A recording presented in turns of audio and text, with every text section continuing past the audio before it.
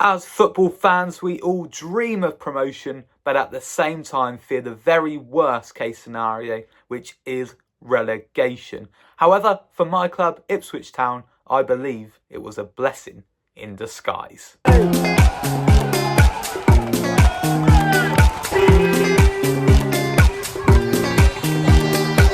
going up!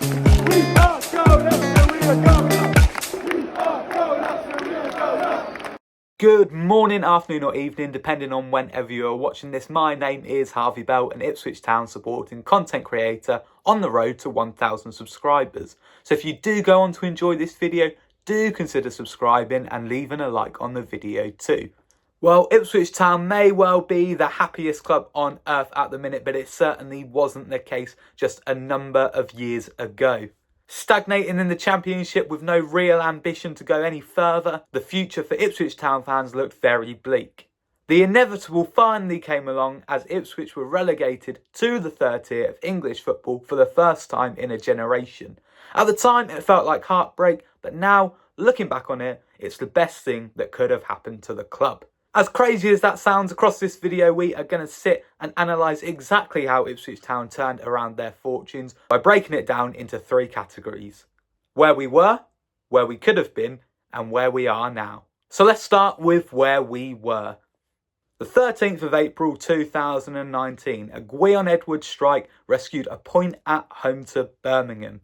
That sadly was not enough to keep Ipswich Town from being relegated to League One. It was no major surprise though, because Town had been poor across the whole season. The odds were already stacked against us, having lost David McGoldrick, Martin Waghorn, Adam Webster and a handful of other key players at the beginning of the season. It had been a turbulent season anyway, given that Paul Hurst had just taken over, a manager who had the season before got Shrewsbury into the League One playoffs, and as with any club with a new manager, there is a time where things are changing. He was ambitious, he tried to bring in lots of players who were hungry from the division below. I will always respect that, he gave it a go, but it didn't quite work out. And just 15 games into the season, he was sacked, leaving the club with one solitary win away at Swansea. He was replaced by ex-Norwich manager Paul Lambert, who had a January transfer window and the best part of 3/4 of the season to turn around the club's fate. Sadly, his efforts to do that did not bear fruit and Town were relegated, and a 4-year stint in League One was about to begin. But despite what had happened, Paul Lambert did do one very important thing. He did get the fans back on side. Now, not in the numbers that we're seeing again today, but there was certainly a rise in fans getting back to the stadium, hoping to see their team get back to the Championship at the first time of asking. And we did start that season particularly well. We went unbeaten for our first 10 games and we looked like we were going to walk it, to be honest with you. But it is that sort of ignorance and naivety that means you end up exactly where we did, in 11th place. Albeit a very turbulent season with the pandemic going on and the final table being worked out on a points per game system. But for a club that was so confident going into the division, it was certainly deemed a massive failure and one that was definitely felt by the fans.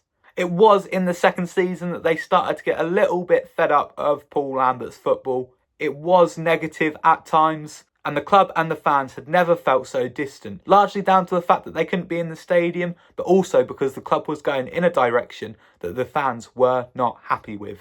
The club had stagnated for way too long in the Championship, but now we are in the third division and looking like we were going to do exactly the same there. And for a club like Ipswich Town, that just is not good enough. Questions were asked of the owner Marcus Evans in terms of investment in the playing team, the infrastructure of the club, and it was then that Paul Lambert left the club and was replaced by Paul Cook. Now, Paul Cook's appointment was a very interesting one because just a few months later, on the 7th of April 2021, the club was taken over by Game Changer Limited, a company that was formed by the Three Lions exclusively for the takeover of Ipswich Town Football Club and funded by the Arizona Fireman Pension Fund.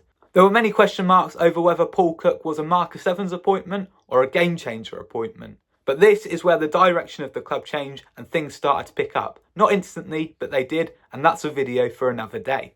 So for a number of years, we did find ourselves in a rather sticky position. Don't get me wrong, we were never in any major financial trouble. Marcus Evans kept us afloat. We weren't going to be going bust anytime. We had stagnated for way too long in the Championship. That stagnation turned to dissension and it looked like exactly the same was destined to happen in League One. At the end of the day, if you want to get the fans inside, you have to believe in the club, and it didn't feel like the owner at the time was doing that. I know people have a lot to say about Paul Hurst and Paul Lambert. For me, Paul Hurst actually tried to be ambitious. He tried something different. It didn't work. It's football. It happens. And as for Paul Lambert, whilst I will agree that he was here for way too long, he was a martyr to the cause in some ways. In many of his interviews, he came out and asked questions of the owners himself. And when he left, he reinstated those questions again. So where could we have been?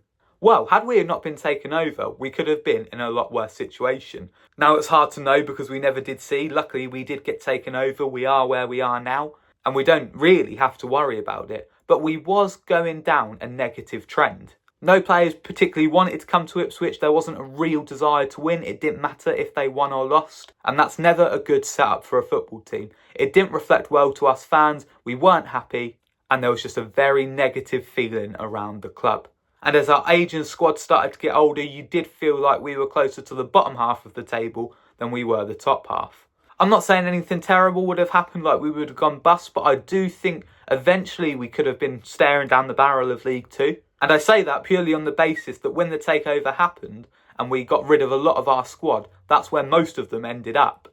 But this is where relegation saved us, because had we have not got into this situation, I don't think the owners would have ever taken us over. Brett Johnson from Game Changer, who's one of the main investors, has said that him and his board always wanted to take over an English football club, but there's never been any guarantee that that was always going to be us. I'm very glad it was, but had we not been relegated, I don't think it would have been. Would have been vastly more expensive in the Championship than what we were as a League One club. A declining League One club at that. Football works in funny ways, and sometimes being at your worst actually presents the best opportunities. And Game Changer obviously saw something that they could develop. A club with a rich history in an area of the country that perhaps isn't the richest in football. And I am very thankful that they took over and things are going as well as they have, because had they or not, I don't know where we would have been. But I do know where we are now. And that's the Premier League. After 2 terrific seasons, lots of changes at the club, things being turned around, it all looks rather brilliant at Ipswich Town Football Club. But that's not to say it always will be. But knowing how bad it once was at the club, it makes enjoying these times so much sweeter. And though I never want to see it happen again, I do believe relegation saved Ipswich Town Football Club. Let me know down in the comments if you agree, and where you think we would be now if the takeover didn't happen, and I'll see you in the next video.